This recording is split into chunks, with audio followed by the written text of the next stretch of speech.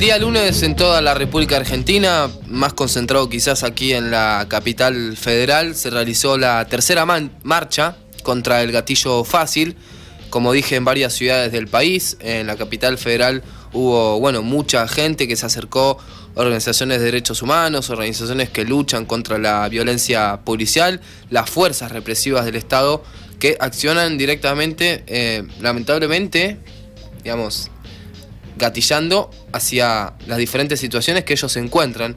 Y son, preocupantes todos los casos que tenemos, no solo en la Argentina, sino aquí en la ciudad de La Plata, porque cada 25 horas, según la estadística, se asesina una persona en manos de la policía por condiciones socioeconómicas, por condiciones que ellos deciden, ¿no? Por el hecho de ser simplemente policías. Como decían, en la ciudad de Buenos Aires, hizo también en Córdoba, en Rosario, hubo muchas manifestaciones en la ciudad autónoma de Buenos Aires. Nosotros estamos en comunicación directa con María del Carmen Verdú. Ella es abogada y además es militante de la Correpi, que es la Coordinadora contra la Represión Policial e Institucional, así que la saludamos. ¿Cómo estás, María del Carmen? Ignacio Gallardo junto a Verónica Schneider aquí en la 91.3. ¿Cómo estás? ¿Qué tal? ¿Cómo les va?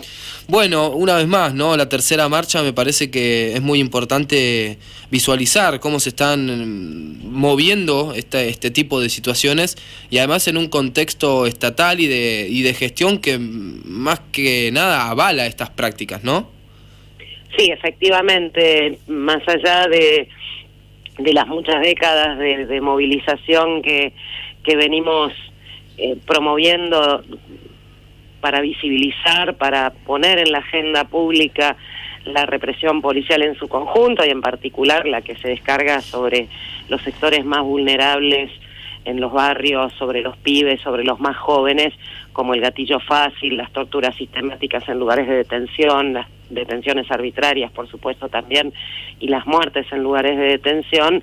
Esta marcha ha ido poco a poco ocupando un espacio en la agenda común de las organizaciones y así se vio el otro día con la masividad que tuvo, cuando muchas veces hemos tenido instancias similares con bastante menos concurrencia y con las organizaciones que estamos en la trinchera antirrepresiva. Lo importante de estas movilizaciones, que como bien decías, se han dado en todo el país, en distintos lugares como Córdoba, Mendoza, Mar del Plata, Tucumán, etcétera, es justamente que han logrado convocar un público más amplio, que fue lo que le dio la enorme masividad que tuvo. Tal cual.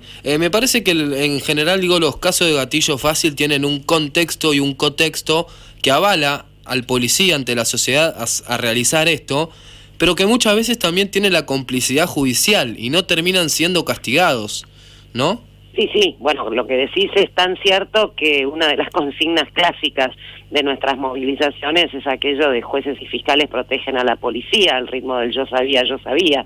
Claro. Y también hablamos desde hace muchísimo tiempo de que al gatillo fácil lo acompaña y lo avala el sobreseimiento fácil.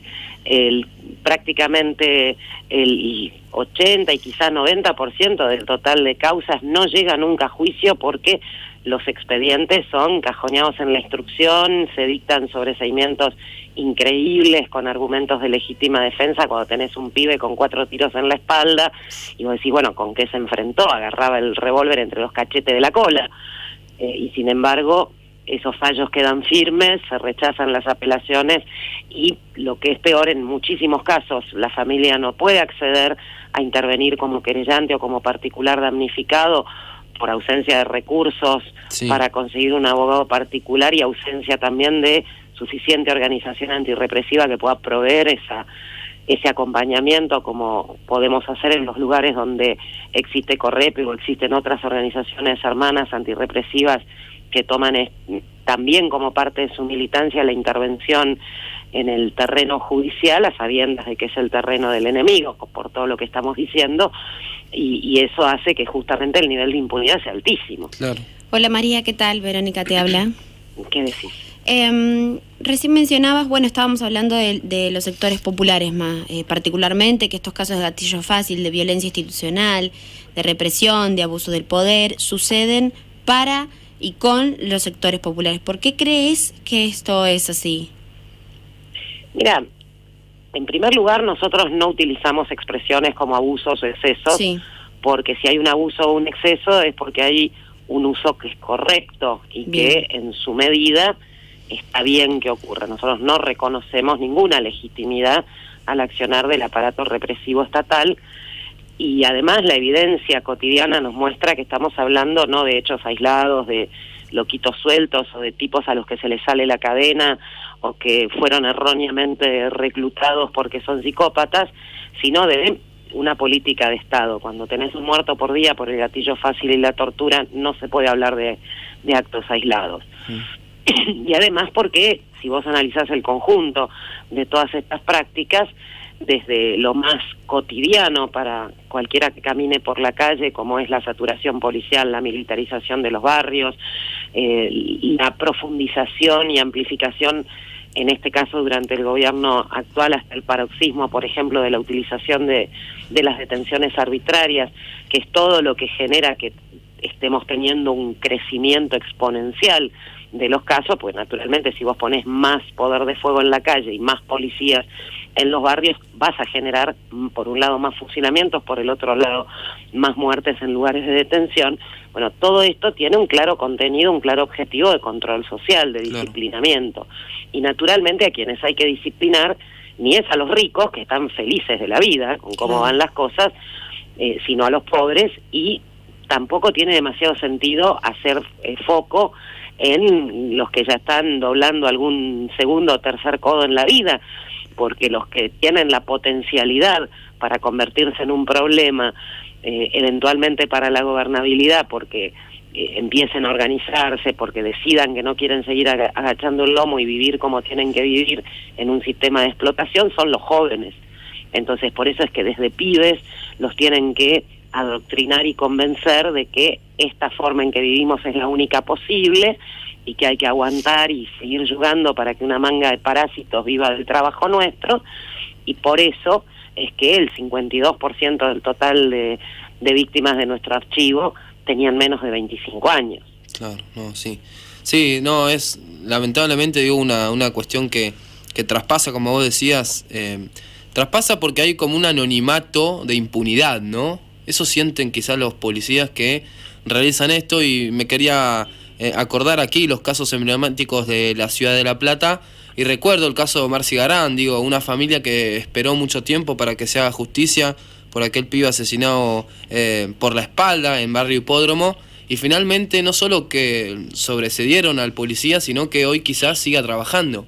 Digo, no te quepa duda que sigue trabajando. Es una impunidad que digo, tardó mucho la familia, digo, un proceso de justicia que llegó tarde, que estuvo ocultando pruebas, no entregó videos en su momento, y todo eso tiene que ver con que la víctima sigue siendo la propia familia, digo, no termina nunca de ser víctimas, y que el Estado, en este caso la justicia, no repare ese daño. Y recuerdo también, y te adjunto, lo que tuvo que ver con el asesinato por la espalda de Víctor González, enfrente del destacamento allí en 60 y 115, ¿no? Claro, bueno, pero es que justamente hay dos características que acompañan de manera constante esta represión de carácter aparentemente indiscriminado, por supuesto con este contenido de clase que mencionábamos recién, que tiene el objetivo del control social, y esto es la invisibilidad hacia afuera de la clase que la padece y la naturalización hacia adentro. Cuando vos vas a cualquier barrio y te pones a hablar con la gente, y puede ocurrir, incluso ocurre con enorme frecuencia, que vos veas que hay como una cosa de resignación, de decir, bueno, sí, me detuvieron porque sí, por portación de cara, me llevaron a la comisaría, me verduguearon, me pegaron, me dieron bolsita, lo que fuere, pero bueno, ya está, zafé, no tiene sentido que intente hacer algo, y hasta pasa esto también con muchos casos de muertes, y eso es la naturalización que funciona, el convencerte de que el enemigo es tan poderoso, que sin dudas lo es el aparato estatal, ni más ni menos, pero el convencimiento absoluto de que para qué perder el tiempo haciendo marchas o estando en la calle si total nada va a cambiar. Claro. Esa es la gran apuesta hacia adentro de quienes padecemos la represión policial. Y hacia afuera es la invisibilización, o sea, el buen burgués no quiere saber cuánta sangre tiene que ser derramada a diario para mantener sus privilegios, y de hecho por eso cuando algún caso trasciende dicen, ay, pero qué barbaridad, lo mataron como a un delincuente, con lo cual ya están admitiendo que no se les genera ningún tipo de problema moral ni ético si el muerto había robado algo 5 minutos antes. Y justamente a eso apuntan también los discursos mediáticos hegemónicos de criminalización de las víctimas. Mira, por poner un ejemplo bien de la actualidad, vos fijate cuál ha sido el funcionamiento del aparato de propaganda del gobierno, tanto por boca de sus propios funcionarios como de sus repetidores seriales en los medios adictos, frente a la desaparición de Santiago Maldonado. Sí. Convencernos a todos de que, bueno, tan grave no es que haya desaparecido, porque o era un hippie roñoso, como dijo un funcionario hoy, o era un delincuente terrorista subversivo que quería robarse la Patagonia para entregársela vaya a saber a quién. Sí, tal cual. Y frente a eso, vos podés enredarte en esa discusión mentirosa y darle fundamento a la falacia a partir de tomarla por válida, o podés pararte en un costado y decir, bueno, suponete que Santiago Maldonado fuese el sobrino favorito de Osama Bin Laden, y entonces con eso me querés decir que no es grave que lo hayan desaparecido. Claro. Tal cual. Sí, hay algo que recién estabas mencionando, que es una cuestión discursiva, que parece que gracias como a este blindaje mediático que tienen, siempre termina ganando ese discurso mediático. Pero hay una diferencia entre lo que ellos pretenden, que dicen que es el pobreza cero, y esta cuestión de llenar la calle de policías constantes, que policías que no sabemos cómo es la formación, que en realidad sí sabemos cómo es la formación, que después de un par de meses ya tienen... Te aclaro, la formación es espléndida. Hasta cuando se les cae el arma al piso, te meten la bala entre ceja y ceja. Claro. Claro, bueno, ese tipo, digo, Son hay una unos capos totales, totales, o sea, sí. El gatillo fácil no es consecuencia de la mala formación, ¿eh? No, por eso mismo digo, ya la policía y el sistema represivo ya venía podrido desde antes. Digo, me parece que la matriz ya venía podrida en el sentido de los valores que se pueden llegar a inculcar, que de la formación, que es completamente distinta, que creo que a lo que vos pensás y a lo que nosotros pensamos de cómo tiene que ser. Lo que pasa es que ahí es donde también tenemos que tener cuidado en cómo nos planteamos las preguntas. Mi profesora de lógica en 5º año siempre decía, si la pregunta está mal formulada o parte de una falacia o de un prejuicio o de un error, la respuesta nunca va a ser correcta, porque no se puede contestar una pregunta que está mal planteada. Si nos vamos por el lado de pensar que la represión policial es consecuencia de fuerzas de seguridad podridas, descompuestas, corruptas, etcétera, en realidad estamos dando por sentada la posibilidad de que si tuviésemos una policía donde fuesen todos másters de Harvard y estuviesen perfectamente adoctrinados en cuanta ciencia y arte exista sobre la tierra, viviríamos todos felices, porque no andarían matando gente por la calle, ni torturarían, ni nada por el estilo. Y de vuelta, la respuesta te la da la realidad. Un porcentaje importantísimo de los casos de gatillo fácil registrados en nuestro archivo y de muertes en lugares de detención son responsabilidad directa, o sea, son autoría de funcionarios de altísimo grado, comisarios, subcomisarios, muchos con títulos universitarios, incluso en algún caso con hasta 2. Pero yo igual a formación no me refiero a formación académica, sino cuando me refiero... No, por eso, suponete que de hecho, te aclaro, cualquier egresado de la Escuela de Oficiales de la Bonaerense o de la ahora Policía de la Ciudad, antes federal o metropolitana, se sabe de memoria más convenios de derechos humanos que vos y yo juntos. Sí, entonces... Porque la materia existe. ¿Por qué pensás que sucede los cursos eso? Existen. El punto no pasa por ahí. Sí. El punto no pasa por ahí. Pasa por cuál es, ni siquiera pasa por si el tipo hace lo que hace a gusto o no. Sí. El punto pasa por el rol que tienen asignadas las fuerzas de seguridad en el marco de un sistema social como en el que vivimos. Bien. Bien. Tal cual. Nos tenemos que sacar de la cabeza esto de, en lugar de andar persiguiendo a los pibes, ¿por qué no van a hacer lo que tienen que hacer? Porque lo que tienen que hacer para cumplir el rol que tienen asignado en una sociedad con ricos y pobres es domesticar a los pobres. Claro. Entonces literalmente es es perseguir a los no pibes. Querido de una policía que no supo la democracia reconvertir o como dicen algunos, la asignatura pendiente de la democracia. Claro. Democracia o no democracia, más allá de los matices absolutamente evidentes entre un sistema dictatorial y uno constitucional, lo cierto es que el rol de la fuerza de seguridad siempre va a ser el mismo. Claro. Garantizar los privilegios de los poderosos y mantener a raya al desvalido. Bueno, pero eso es interesante que lo aclares porque quizás muchas veces tenemos, y creo que a toda la sociedad tiene confundido el rol de cuál es la fuerza de seguridad y la fuerza policial, que quizás muchos... Desde que entras al colegio, sí, te explican que el Estado es un órgano importante porque es el mediador, el que genera algún tipo de equilibrio para que todos podamos ser iguales ante la ley y entonces el débil y el poderoso puedan ver sus intereses defendidos por igual. sí. Esa es la primera mentira que te cuentan desde que naciste. Sí, de que la policía Mientras que en realidad el rol del Estado es garantizar, el Estado existe como órgano inventado por la clase dominante para garantizar esa dominación. El sistema normativo, el derecho, las leyes, las ordenanzas, los convenios, los tratados, son el corsé a la protesta y al reclamo.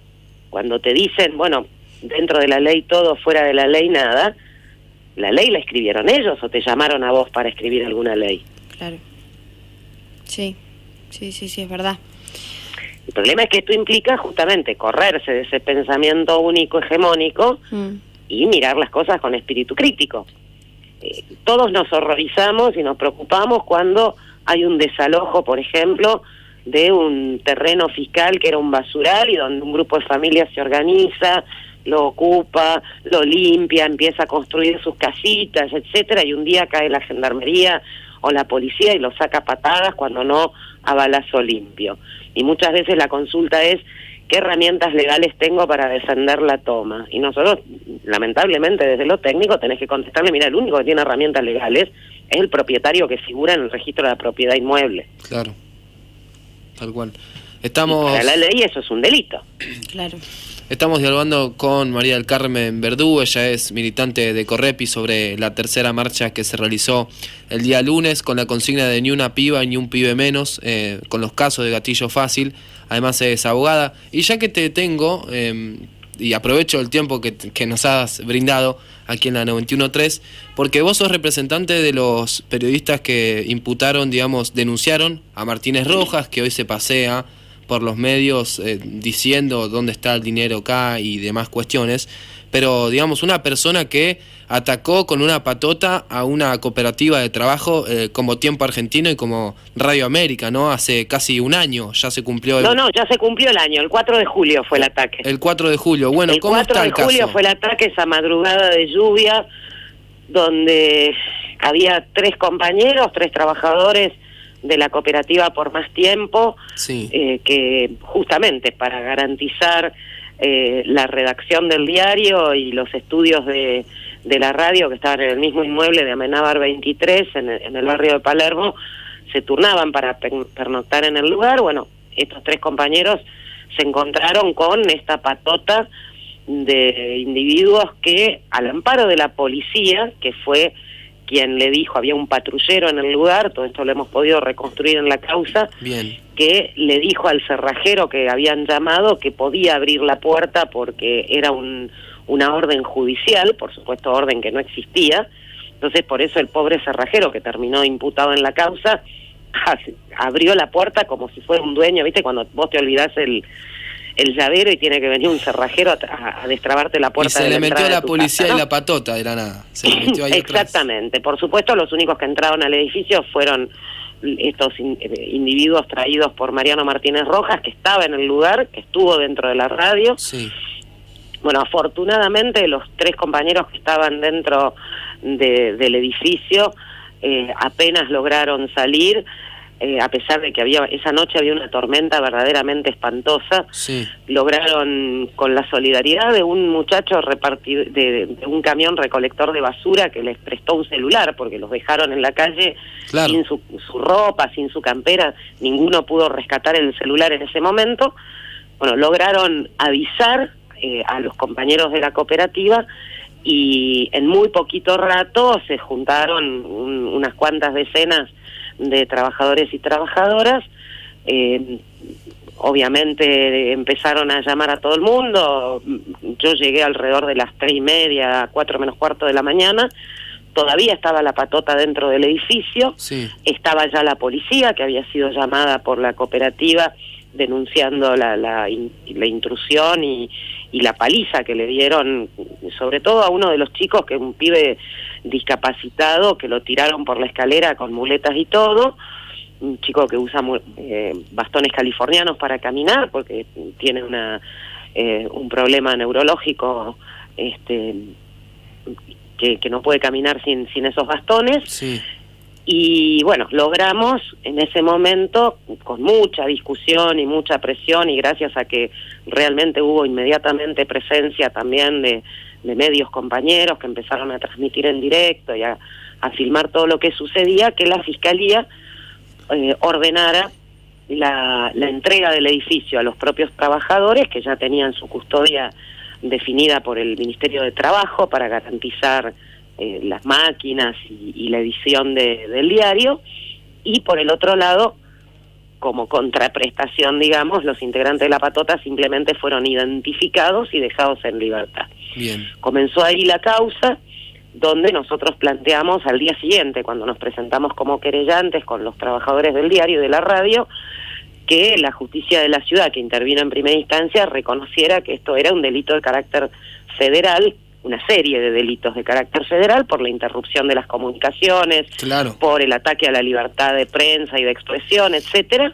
y remitió la causa a la justicia federal. Y ahí empezó la milonga de la impunidad, justamente, a partir de que 2 juzgados federales, el 8 y el 3, para ubicarnos, uno es Martínez de Giorgi, el mismo que enjuició a los compañeros de Antena Negra, el otro es el juez Rafecas, empezaron a discutir que toma la voz, dámela a mí, generaron una cuestión de competencia, y desde, ahora sí, un año, desde el año pasado... Todavía no la tomaron.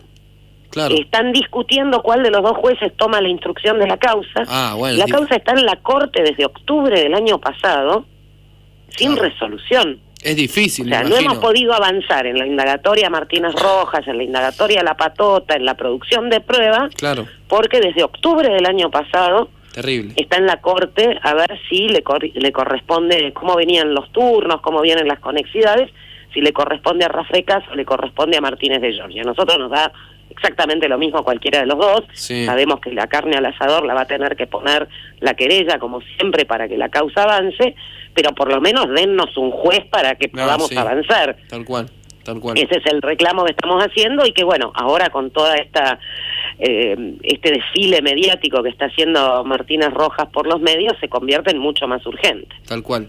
Bueno, María del Carmen, te mandamos un abrazo grande, gracias por la comunicación y tu tiempo, y estará también dispuesta aquí para hacer consultas, como siempre te agradecemos el tiempo y la claridad, ¿no?, ante estos casos que la verdad que nos mantienen en vilo.